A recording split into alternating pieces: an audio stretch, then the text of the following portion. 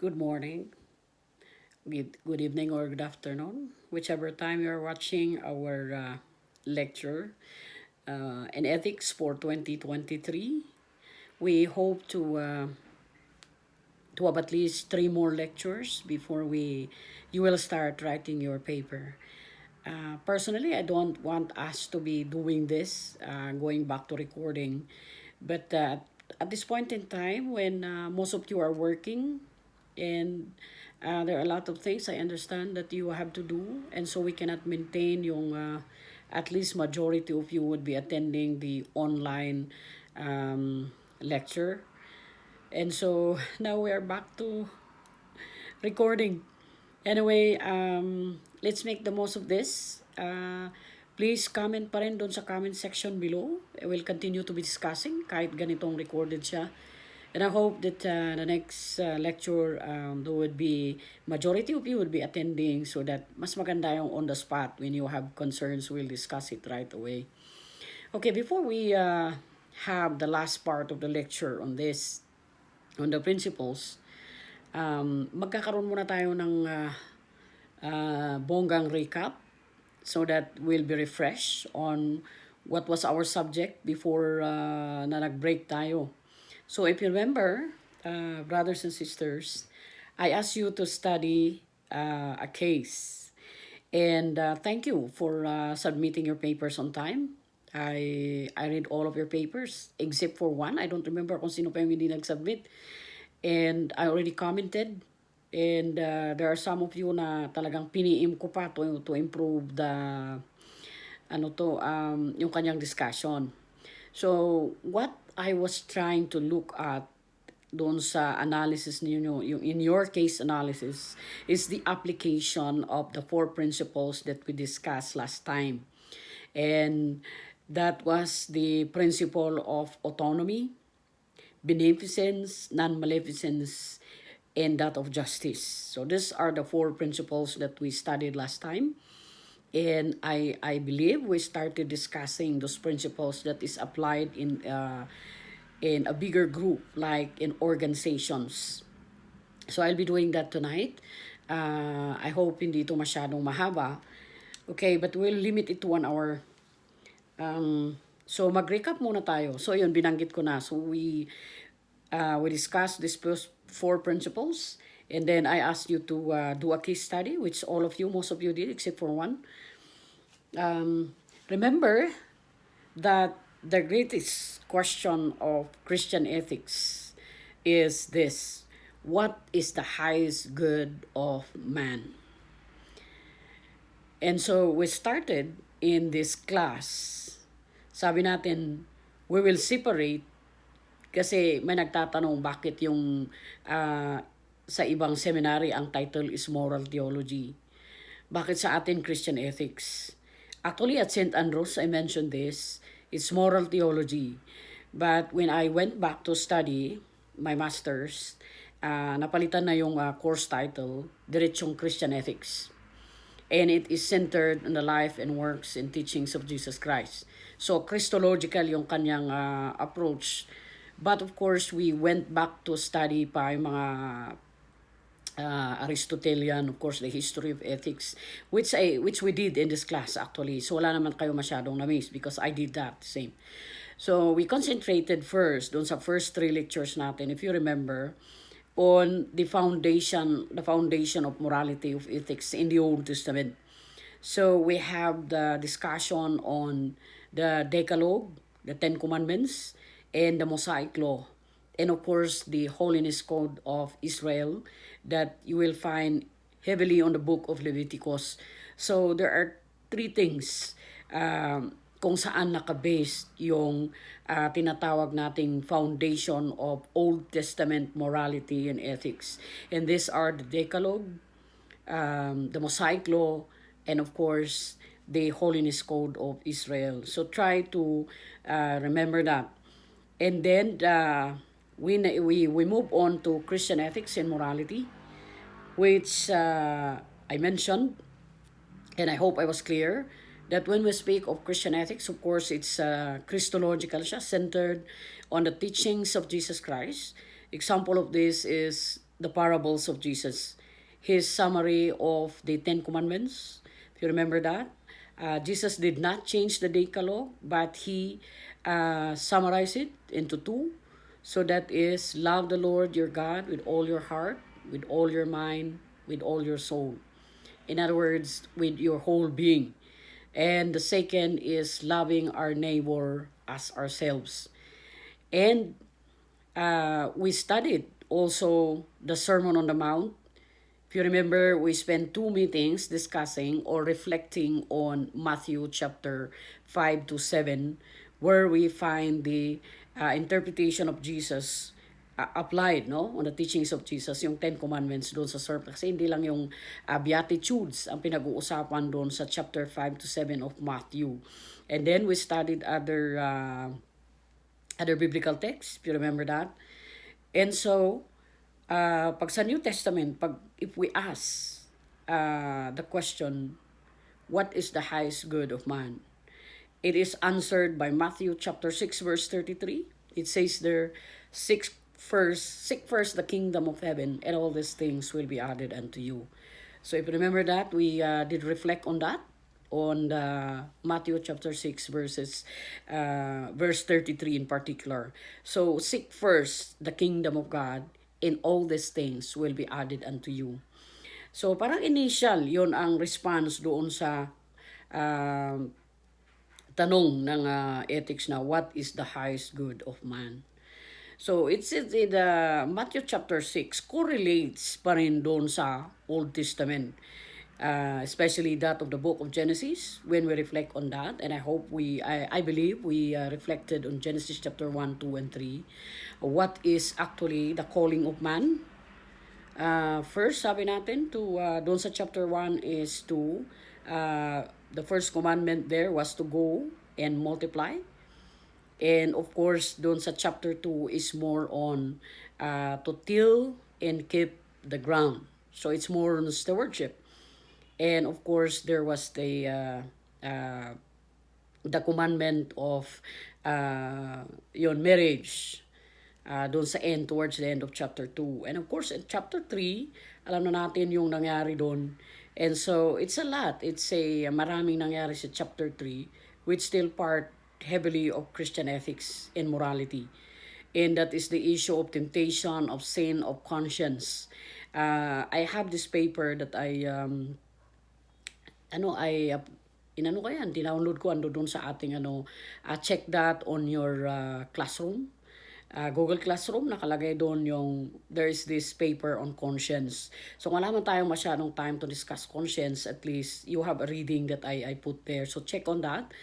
Check it in your email. Ando doon naman yan. Sigurado ako ando doon yun. So it's a paper, I think it's 2 pages or 1 page on conscience.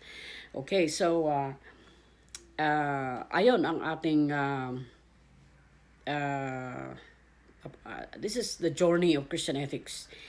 And again, sabi natin before that Christian ethics revolves around that word love, which is of course, alam natin yan mga Episcopalian, memorize natin yan by heart. John chapter 3 verse 16. Sabi nila, yun lang alam natin na verse. Pero at least sabi ni Bishop Pachaw, kahit at least alam natin that, because that is the gospel in a miniature. For God so loved the world that He gave His Son, okay, that whoever believeth in Him will not perish but have everlasting life. So that is part again of Christian ethics. So marami tayong mga Episcopal ethicists or Anglican ethicists. No? For example, si Frederick Shedwick, meron siyang sinulat na book on love as our parang ito yung matunog sa ating mga Anglican, yung we base our decision on that question, what is the most loving thing to do in a given situation. There was this old scholarship written by John Fletcher na ang title ng kanyang libro ay Situation Ethics. Situation ethics, yun ang tinatawag nilang casuistry, which means is the principle of case-to-case basis. But if you're going to read that book, it again, lutang na lutang yung what is the most loving thing to do in a given situation. So, yun ang parang yun ang Anglican ano yun eh. That is part of Anglican ethics. And later doon, mamaya, we'll discuss doon sa principles used by organizations. Okay, so after that, after we discuss this other ethics used by corporations, organizations, we'll be discussing biomedical ethics. And sinimulan na nyo, at least you started actually doing that doon sa inyong case analysis. Okay, so again, bakit importante yung pag-usapan natin yung biomedical ethics? Ito kasi yung mga may kinalaman ito, yung issues under this one ay may kinalaman sa ating ministry, in your ministry, just in case sa bagay, si Pastor Lloyd, of course, si lahat naman kayo, you are now involved in your pastoral, sa pastoral work ng simbahan natin. When I say pastoral work, that is visiting the sick. Yun naman, pag sinabi nating pastoral care, is number one dyan yung lalabas yung our outreach, community outreach. How do we extend the love of Christ to our neighbor who is in need? So most of you now, meron na kayong experience accompanying your priest to visit the sick in the hospital, to give Holy Communion to the people in the community, especially those who cannot go to church. And yun na binanggit natin before, that sometimes when you are there, bumibisita ka, especially when the person is sick, at sa ospital ka, and then natsimpuhan mo yung moment na ginagawa na yung mga important decision. Sa buhay ng priests, marami na yan. I cannot count. Ang dami na kung experience about those end of life situations. I think I shared one of my experiences with you before when I visited a family in the hospital, and their loved one is already dying, and they were asked by the doctor to make their decision if they are going to remove lahat ng nakakabit sa katawan ng kanilang pasyente. And they were asking me what's my opinion. Haanda ba kanung makabasol no ikatanda ni Jai. So yun, even our parishioners, the people whom we minister, sometimes would ask our opinion. At that moment, nagulong-gulo sila, hindi nga nila alam, di ba, panununto na pa'y pag-utangan da, pagalaan da, pagbayad da, di ospital, anya ikastada, especially no may sana piman, awan tida do mga kakabsat na, it's very hard. And so, pag pumunta ka dyan, a pastor, a priest, or you sinuman kinyayo, and expect that at one point in your ministry, you will face that kind of situation. And kaya nga natin ito pinag-uusapan. It's just not for academic purposes, but mostly these principles are applied kasi everyday situation yan eh. So pag at least by learning this, by being familiar with these principles, especially doon sa kasi yung autonomy, di ba, diniscuss natin, that is giving the person the right to decide by himself or herself. Okay, so it's respecting the freedom of self, siya na magdesisyon na sarili niya na without coercion, without influence, without, hindi mo siya pinipilit, no? Yung sarili niyang magdesisyon. So applied sa diba, mayroon tayo pag sinabing autonomy, alam natin yan, at if we use the word autonomy in politics or in government, autonomy simply means self-government, no?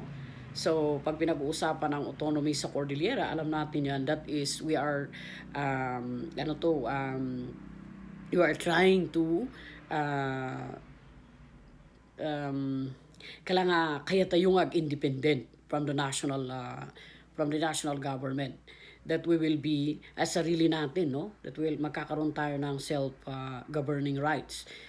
So yan. Okay, what about beneficence? Beneficence as defined in your lecture notes is act so as to do good, no? So in other words, it talks about charity, it talks about mercy, kindness, and that includes moral obligation. This principle of beneficence. Kasi ang itong principle is yung gumawa ka ng maganda, gumawa ka ng mabuti sa kapwa, doing good, to others. Kaya this principle includes charity, mercy, kindness, and moral obligation. Non-maleficence naman is do no harm. That is the principle, no? Ng non-maleficence. So, in other words, do not inflict harm to others. Yun yung principle ng non-maleficence. So, in other words, doon sa, case analysis that I asked you to analyze. I think si Manong Pablo did a good job doon sa mentioning that the issue there is of course yung doon sa belly dancer, no, mukhang hindi na respect yung kanyang autonomy, her right to decide by herself, no. So parang ininfluensyahan, sabi ng mga doktor, he is not in her right mind, so sila na yung nag-decide. Okay, parang inassume niya, pero wala naman na they should have asked, no, the help of a psychiatrist to really determine kung talagang adaba talaga haan ba isuna talaga in her right mind. So mukhang may mga problema doon, that's why I asked you to analyze that one. So tama yun, there's an issue of non-maleficence in autonomy. And of course, at the end, di ba, nabuhay naman siya, no? Kasi aortic aneurysm yung issue doon.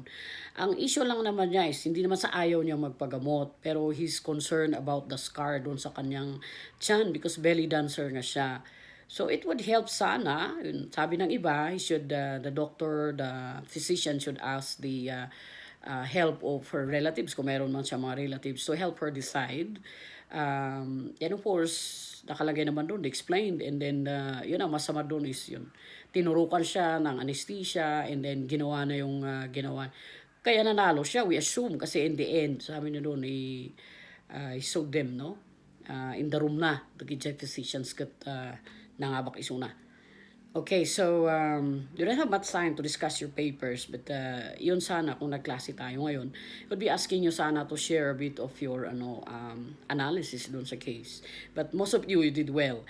Ang gusto ko lang naman mabasa doon is how paano nyo nakita kung anong principle yung na-violate, kung anong principle yung nagamit, anong principle yung problematic. Yun naman is the application of the 4 principles. So kung na-analyze mo siya mabuti, na-point out mo yung mga problematic principles, ano yung hindi nasunod, of course mataas yung yung rating mo. Okay, so biomedical ethics issues and principles are really important to us, as especially to you. To us na lang kasi of course you will be joining us later if you go for ordination. And kahit di kayo magpapa-ordain, if you are active in the pastoral ministry of your church, you will be encountering this, which is kasi lahat na-apply itong principle na to, kasi ang origin ng 4 principles na yan is a patient-doctor relationship. Yun naman talaga kaya tinatawag nating biomedical ethics, because it involves end-of-life decision-making in a hospital setting. Kaya yun ang tawag dyan ay biomedical ethics. Okay, so I hope that that's clear to us. And theologically, when we inject theological parlance in this pastoral care within biomedical ethics, we have also to reflect on what is life.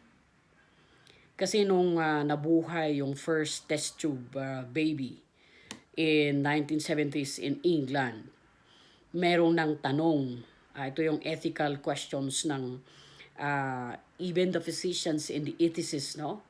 Yung mga ethical people, they were asking, are we playing God? Kasi pwede pala tayong bumuhay ng tao. Now with all the medical advances at this time doon sa pagkakaroon ng anak, have you heard of IVF? I am sure alam natin yun, yung mga my medical knowledge, no? The in vitro fertilization, yung surrogacy na sinasabi natin. So, malaking katanungan yon kasi yung in vitro, sabi niya, they will harvest the, diba? Doon ilalagay sa petri dish, Mapo-fertilize doon, and then they will plant that into an ovum, no? Doon sa kung sino man yung gustong to carry on that pregnancy. I remember yung aming teacher before was asking us, malaking ano din yun, it's quite ethically problematic because kung nabuhay yung tatlo doon, pero isa lang yung gusto mong buhayin. So, pag hindi mo kunin lahat, ano yun? Is it destroying life? So yun, maraming while we advance in scientific research, the more that we encounter these issues that involves yun nga, ano ang tamang principle to use. What are these principles that we can use as a lens in analyzing these ethical, moral, theological cases that we face? Actually, not only in the hospital, but also, of course, in the home. Okay, so that is the recap of kung ano yung natapos natin. Now, ngayon, we'll be discussing the title is Ethical Principles and Responsible Decision Making by Individuals in Organizations. I remember we started actually discussing this one or natapos na natin. But anyway, part na natin ang recap, and then our next online class will be discussing marami pa yung ibang the other things that we need to discuss, which I believe are important not only for your canonical exam but to help us really you when you practice your pastoral care, and when you become ordained and facing some situations that you really need to sweat it out or kailangan mo talagang i-analyze at gamitan ng prinsipyo. Okay, so these are what are major ethical principles that can be used by individuals and or organizations. Okay, ethical principles are different from values in that the former are considered as rules that are more permanent, universal, and unchanging, whereas values are subjective, open, personal, and can change with time. Principles help inform and influence values. So principles help inform and influence our values. Okay? Kasi hindi nga sila permanente, most of the time subjective yung ating values. So kailangan ma-educate, kailangan ma-inform ang ating values. Some of the principles presented here date back to Plato, to Socrates, and even earlier to ancient religious groups. These principles can be and are used in combination. Pwede mo siyang i-combine. And different principles are also used in different situations. Okay? The principles that we'll cover are utilitarianism. Andyan yan sa notes ninyo. So, parang binabasa ko para at least to help you remember this. And when you read your notes, ito pala yung sinasabi niya. So, madali na lang, no? Madali nyo na lang siyang intindihin. Okay, so the principles that what we'll cover are, first, utilitarianism, universalism, rights, last legal, justice, virtue, common good, and ethical relativism approaches. As you read this, or as you review your notes later, ask yourself which principles characterize and underline your own values, beliefs, behaviors, and actions. It is helpful to us, and if not clear, perhaps identify the principles you most often use now and those you aspire to use more, and why. Using one or more of these principles and ethical approaches intentionally can also help you examine choices and options before making a decision or solving an ethical dilemma. Becoming familiar with these principles then can help inform your moral decision processes and help you observe the principles that a team, work group, or organization that you now participate in or will be joining may be using. Using creativity is also important when examining difficult moral decisions. When sometimes it may seem that there are two right ways to act in a given situation, or perhaps no way seems morally right, which may also signal that not taking an action at that time may be needed. unless taking no action produces worse result. Okay? Uh, Example of this is the principle of lesser of two evils. I am sure narinig nyo na yan several times. Yung sinasabi nilang, when you face two evils, you choose the lesser evil. This principle is applied when faced with selecting two immoral options. Parehas na immoral yung dalawang options mo. Anong pipiliin mo? Ayun nga sabi nila, if you are faced with two immoral options, yung sinasabi ng two evils, choose the lesser evil. Yun ang sinasabi nila. So, anong example natin may bibigay dyan? Okay? So, siguro, ang example dyan is yung mga, this is what I think at this moment. Pero there are more, mas magandang example. But at this time, so here comes, here comes a kolehiala, no? A college student who got pregnant, impregnated by her boyfriend. College pa sila, hindi pa sila graduate. And then, wala sa plano nila, no? So, unplanned yung pregnancy. And then, when the girl told her boyfriend that she's pregnant, sabi ng boyfriend, oh, I'm sorry, I did not sign up to that. Bahala ka dyan kung anong gusto mong gawin. I suggest you will go for abortion. So, that is the suggestion, no? Go for abortion. Of course, problematic na yun. Yun ang unang option niya, to go for abortion, kasi nga nag-aaral pa. They have no means to support the pregnancy, no? Lalo na pag pinanganak yan, daming gastos. And of course, depende kung anong klaseng parents meron sila. Because there are parents, pag nabuntis ka, sorry ka na lang, you have to stop school and all that. You have to face the consequences of your action. So patong-patong na immoral na dilemma yan, ano? Moral and ethical dilemma. Now, iisipin niya, anong other option niya is, okay, tutuloy niya yung pagbubuntis and pa-adapt niya. Paano kung walang mag-adapt? Paano kung, yun nga, ano sasabihin niyang parents niya? Tatakwil siya, hindi siya susuportahan. So, she would end up not continuing her studies. Nabuntis pa siya. Wala siyang papakain doon sa anak niya. Ang dami patong-patong. So, as to make, parehas yun, abortion, that's an evil. And of course, adoption, maybe lesser evil yun. Pero kasi, on the part of the girl, hindi basta-basta magpa-adopt, no? And yung sa kanyang fear, kasi talagang there's the tendency na susundin niya yung isang na yun. Okay? So, ganyan. That's how you apply. But, say, maybe that situation is not but there are things talaga that you are faced with two immoral options. You have to choose one. And that is choose the lesser evil. Okay, now we'll go to the first principle. That is the principle of utilitarianism, which is it falls under a consequentialist ethics, no? Ito yung tinatawag nating the end justifies the means approach. Itong utilitarianism, ends justifies the means approach.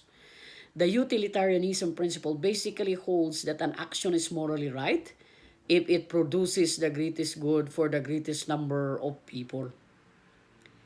An action is morally right if the net benefits over costs are greatest for all affected compared with the net benefits of all other possible choices. This, as with all these principles and approaches, is broad in nature and seemingly rather abstract. At the same time, each one has logic. When we present the specifics and facts of a situation, this and other principles begin to make sense, although judgment is still required. Some limitation of these principles, ito yung limitasyon ng principle na ito. So parang ang ganda, no? The ends justifies the means. If it benefits ng mas marami, then it should be mas maraming tao, then it should be good. But this is the downturn, ano? Some limitation of this principle suggests that it does not consider individuals and there is no agreement on the definition of what is good for all concerned. Anong ibig sabihin yan? Medyo hindi daw klaro. In addition, it is difficult to measure costs and benefits. This is one of the most widely used principles by corporations, institutions, nations, and individuals, given the limitations that accompany it. Okay, so you may use this principle to study the ongoing war between Russia and sinong kalaban niya, Ukraine. Uh, ano ba talaga nangyayari doon? Who will really benefit from that? Use of this principle generally applies when resources are scarce. There is a conflict in priorities. Okay? And no clear choice meets everyone's needs. That is a zero-sum decision is imminent. Okay, so parang maganda siya, but this kind of principle needs to be studied further or evaluated. Kasi nga yun daw, anong ibig sabihin yan? Good for all concerned. And mahirap daw talaga ano yung cost and benefits. Okay, the second there is universalism. This is a duty-based approach. Universalism is a principle that considers the welfare and risk of all parties when considering policy decision and outcomes. Also, needs of individuals involved in a decision are identified as well as the choices they have and the information they need to protect their welfare. This principle involves taking human beings, their needs, and their values seriously. Maganda. It is not only a method to make a decision, it is a way of incorporating a humane consideration of and for individuals in groups when deciding a course of action. As some have asked, what is a human life worth? Cooper, Santora, and Saros wrote. These are authors. Universalism is the outward expression of leadership character. It is made manifest by respectfulness for others, fairness, cooperativeness, compassion, spiritual respect, and humility. Corporate leaders in the world's most ethical companies strive to set a tone at the top to exemplify and embody universal principles in their business practices. Limitations here also show that using this principle may not always prove realistic or practical in all situations. So case-to-case basis siya. In addition, using this principle can require sacrifice of human life. That is, giving one's life to help or save others, which may seem contrary to the principle.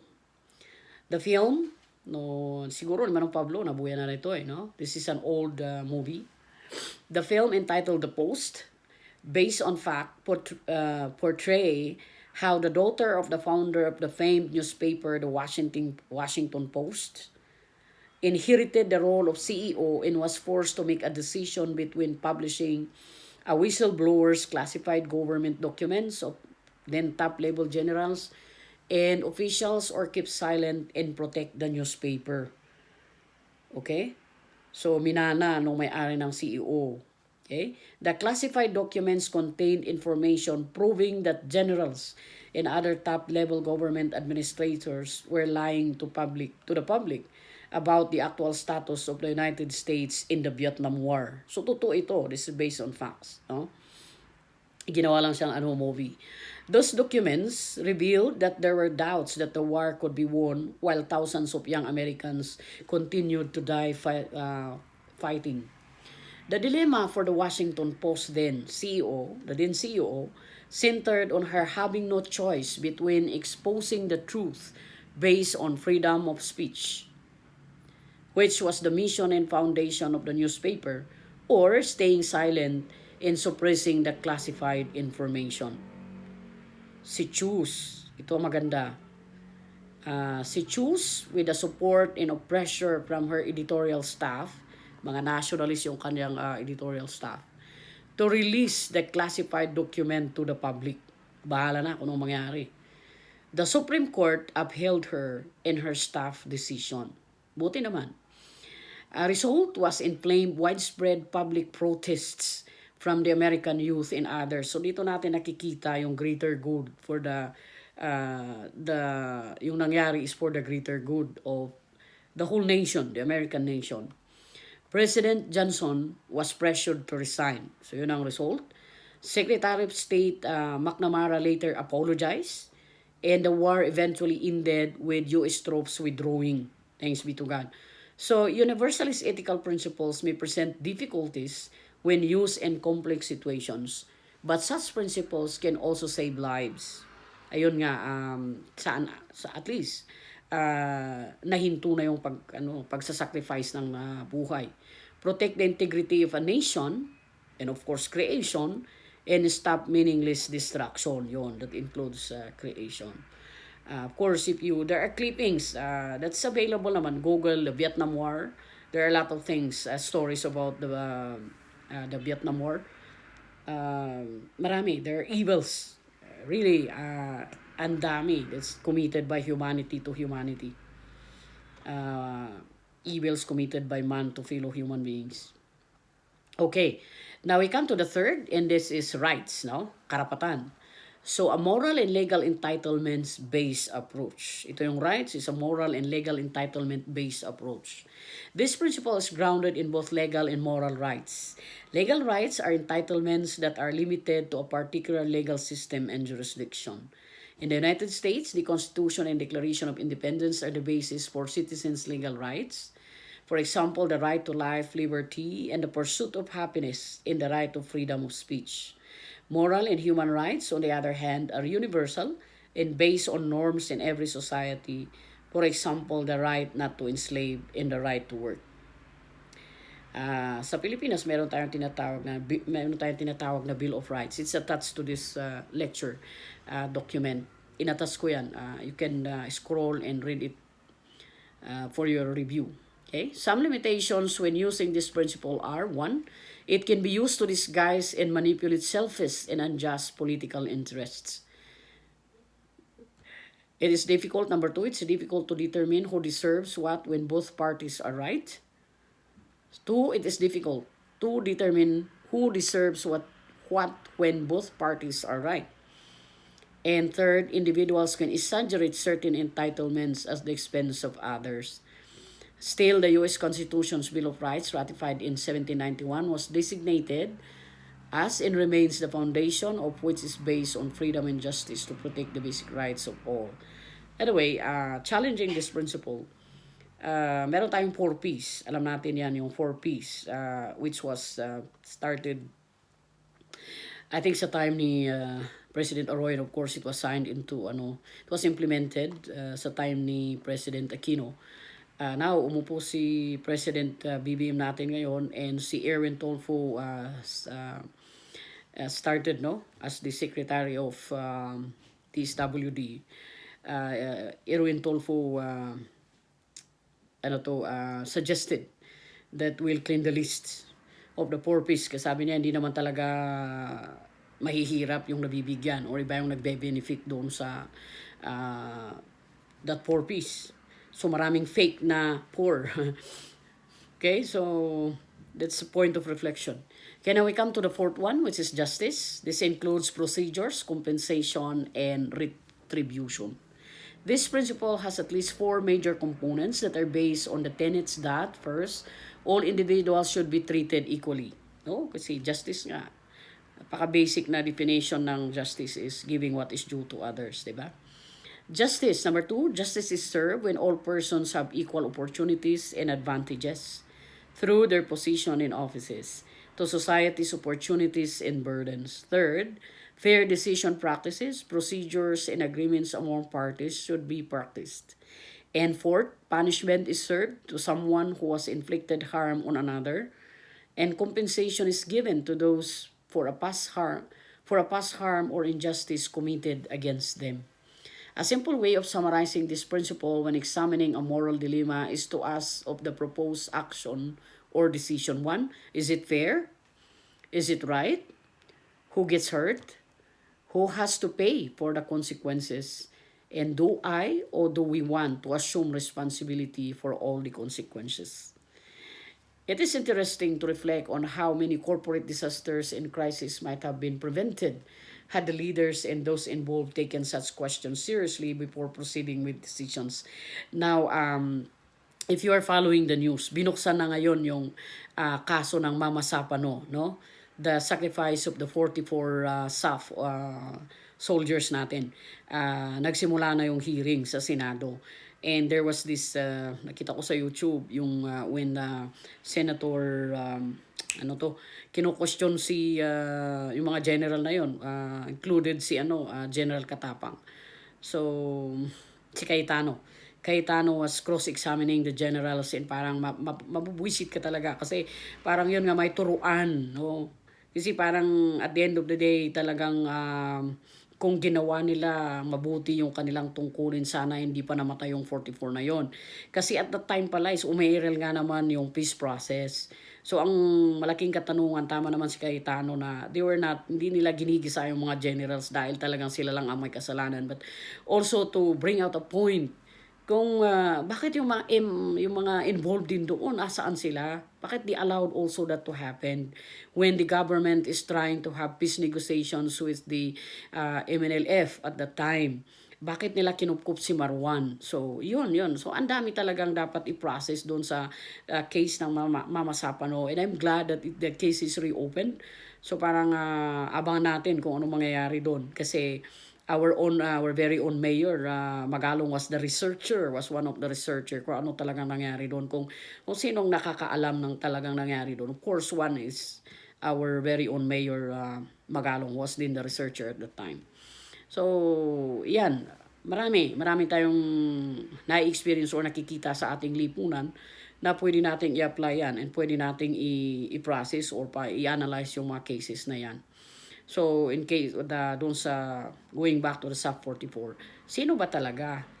Who is willing to? Sabi ko sa sarili ko when I was watching yun nga, cross-examination ni Cayetano kay kina General Katapang is parang, so, sino talaga? Are these 4 generals or 5 generals? Well, makukulong bang mga to? Proven guilty sila na meron silang lapses doon sa judgment nila at that time. So, are they willing to take the consequences of their bad or yung mga decision nilang hindi nila pinag-isipan masyado? Kasi yun nga ang danger dyan sa mga ganyan. Okay, so nilagay ka sa mataas na position. Parang wow. But, that yung position mo comes with that greater responsibility because tignan natin nga yung nangyari sa SUP 44. So, ayan, kikita natin how do we apply this principle of justice. Sabi niya, it includes procedures, compensation, and retribution. Okay, ano yung limitations niya? Kasi lahat naman yan may limitations. Limitations when using this principle involve the question of who decides who is right and wrong and who has harmed in complex situations and who has been harmed in complex situations. Sabi ng iba nung sa SUP 44, bakit? Alam naman talaga nilang yan ay sinumpaan nila na mamamatay naman talaga sila sa battlefield. Ang sama naman, di ba? Ang daming reaksyon at the time. Of course, meron nakikiramay sa pamilya ng SUP 44. Meron din yung parang ewan kasi hindi naman nila nararamdaman yung feelings ng family ng SUP 44. So sabi na, bakit? Hindi ba nila tanggapin? Kasi tanggapin nila kasi yun naman talaga ang sinumpaan ng mga sundalo na yan. Na talagang ibubuhis nila yung buhay nila para sa bansa. Yeah, I don't know also. No?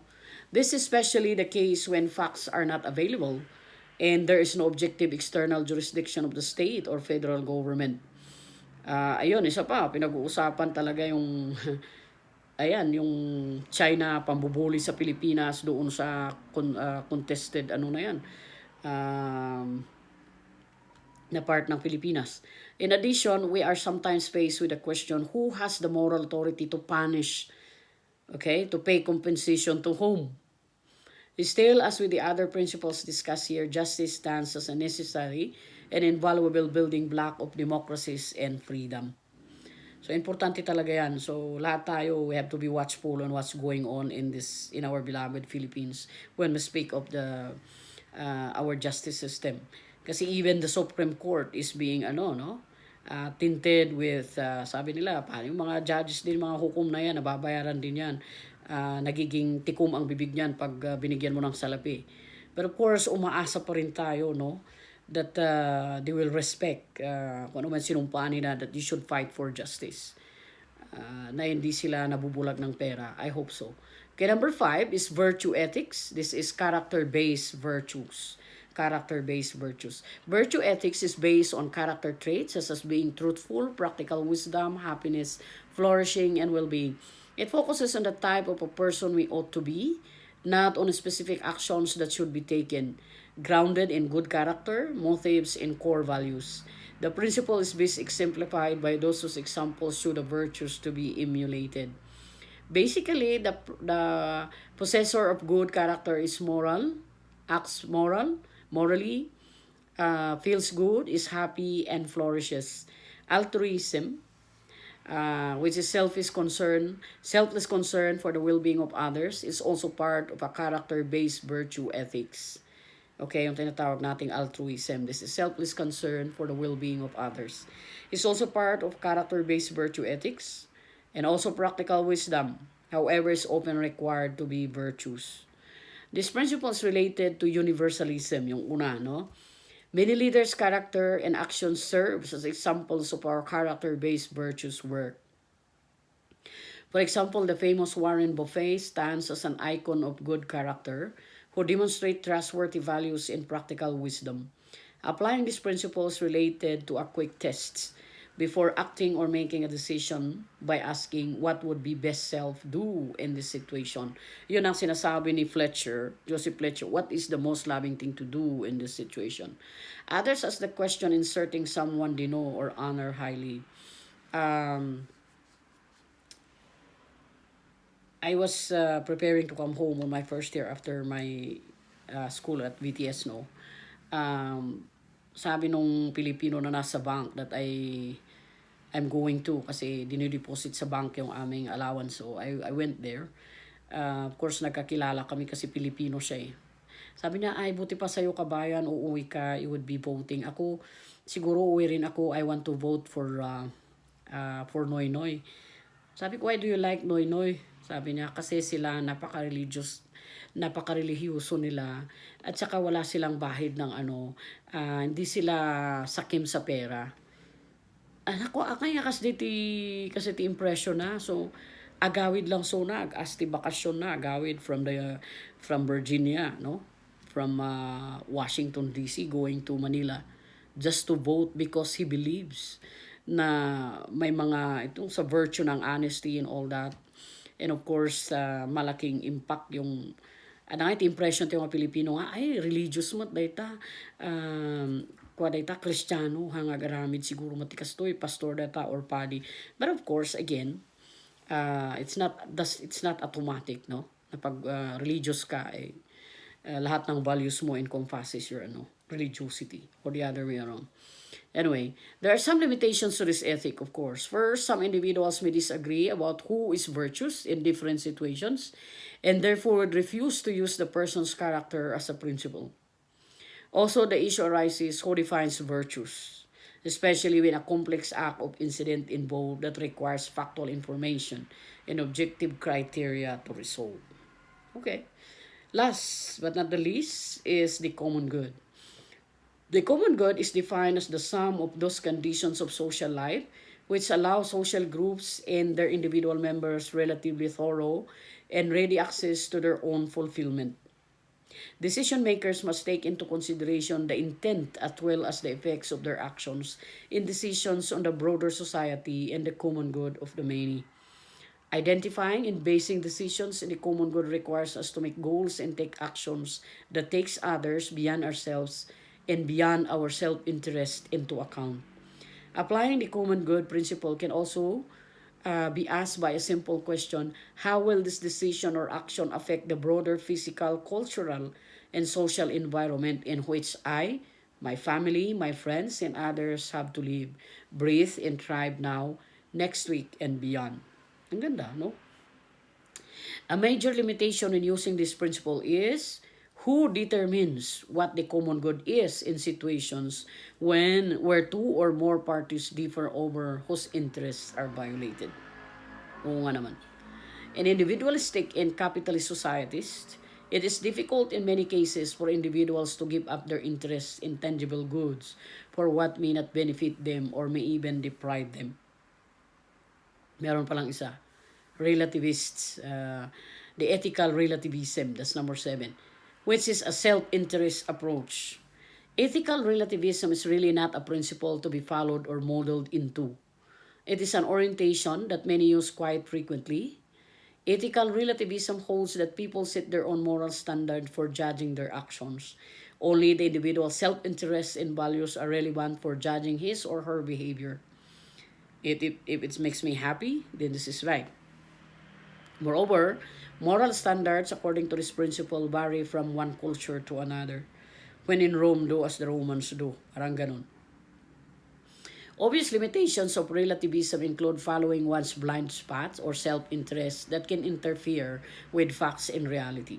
Followers of this principle can become absolutists and true believers, many times believing in following their own ideology and beliefs. Sama. Countries and cultures that follow this orientation can result in dictatorship and absolutist regimes that practice different forms of slavery and abuse to large numbers of people. For example, South Africa's all-white National Party and government after 1948 implemented and enforced a policy of apartheid, no? I'm sure amutay amin data, no? Unang nangagtay what's the apartheid, no? That consider racial segregation, no? May kinalaman sa racial segregation. That policy lasted until the 1990s when several parties negotiated its demise with the help of Nelson Mandela. Kaya pag binanggit yung pangalang Nelson Mandela, alam natin yan, it's related to the abolition of the apartheid system. Until the time, international firms doing business in Africa were expected to abide by the apartheid policy and its underlying values. Many companies in the United States, Europe, and elsewhere were pressured in the 1980s and before by public interest group whether or not to continue doing business or leave South Africa for good. At the individual level, then, principles and values offer a source of stability and self-control, while also affecting job satisfaction and performance.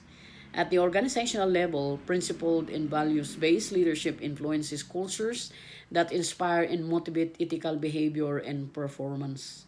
The following section discusses how ethical leaderships at the top and throughout organizations affects ethical actions and behaviors.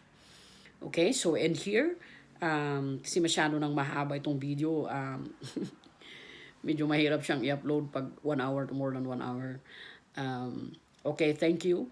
So, on the comment section, please start discussing, and it's not necessary na ako yung sumagot. Kung sino dyan ready, kung may nagtanong dyan or may clarification dyan at yung isa sa inyo naman would like to respond, you respond. That's how we make this discussion alive and of course beneficial to all of us. So we discuss yung 4 principles. Again, summarize natin yung autonomy, beneficence, non-maleficence, and justice, which is more yung dalawang yon, yung tatlong first na yon is applied of course doon sa sinabi nating biomedical ethics situations or end-of-life decisions most of the time. But of course, yung beneficence is, yun nga, because it's more on charity, kindness, moral obligation. It's not only applied doon naman sa usapin ng end-of-life decision or may kinalaman sa biomedical ethics. I believe all these principles can be used, no? Outside of yung, it's not only limited doon sa biomedical situation. Okay, and I repeat, try to reread kasi this is nakalagay naman yan sa inyong Google Classroom. I can always send it back to you kung di nyo siya makita. It's 21 page including yung bibliography and of course the Bill of Rights. 21 page lang, tapos na natin. So if you have time while of course having your coffee in the morning or before you retire, sa night time, just browse over for us, yun lang. And now the next would be next lecture time. Hopefully present na kayo para hindi tayo mag-record. We'll be talking about health and medicine, the Anglican Communion. And I found 2 very important document. Tapos ko nang binasa doon sa history ng usapin ng homosexuality and same-sex marriage. Meron na. So, I would be digesting that kung kaya natin and put it in a PowerPoint or put it in a 2-page paper for our discussion. Kasi napakaganda. Para maintindihan natin yung Lambeth Calls, kailangan natin palang balikan yung history ng homosexuality in the Anglican Communion. Alisin na natin yung sa part ng history, dito na natin sa ethics i-discuss para hindi masyadong hahaba yung ating Anglicanism lectures. Okay, and then we'll have the last lecture would be, I prepared a PowerPoint that would discuss, babalikan natin yung commandment number 5, which talks about, respecting our parents. So, very brief lang, we'll discuss about what are the family issues that we face in our present situation. Kasi talks about family, yung number 5 na yun, honor your father and your mother. And then and so on. So, parang yun ang summary. And then, hopefully, you will start writing your position papers. Again, meron akong binigay before na topics. Or if you are inspired with all the discussions that we had, you can always study other cases. You can make positions with your choice na may kinalaman sa ethics and morality. You may comment on yung binanggit natin nangyayari sa Pilipinas ngayon. You may talk about corruption. You may talk about the Mama Sapano case and all that. Basta, bahala kayo dyan. We'll talk about war, if that's what you like. Ang tinitignan natin dyan is you apply the principles, these principles. Yung 4 na yun, tapos itong mga principles na pinag-aralan natin ngayong gabi or that I read to you. Kasi wala naman talagang masyadong discussion. Parang binasa ko lang. You apply this, the application of principles. And I will give you the format of how you state your argument. So, for example, according to yung isang author na binanggit natin, according to Morey and Sunros, and according to this, but according to me. Okay? Kasi ang importante sa akin is how you use, how you manipulated these principles and how you use these principles in your discussions. That doon sa rubrics ng grading system, yun yung mabigat. Okay? So, thank you. Again, I'm interested to read your comments on the comment section. Thank you and good day or good night or good morning.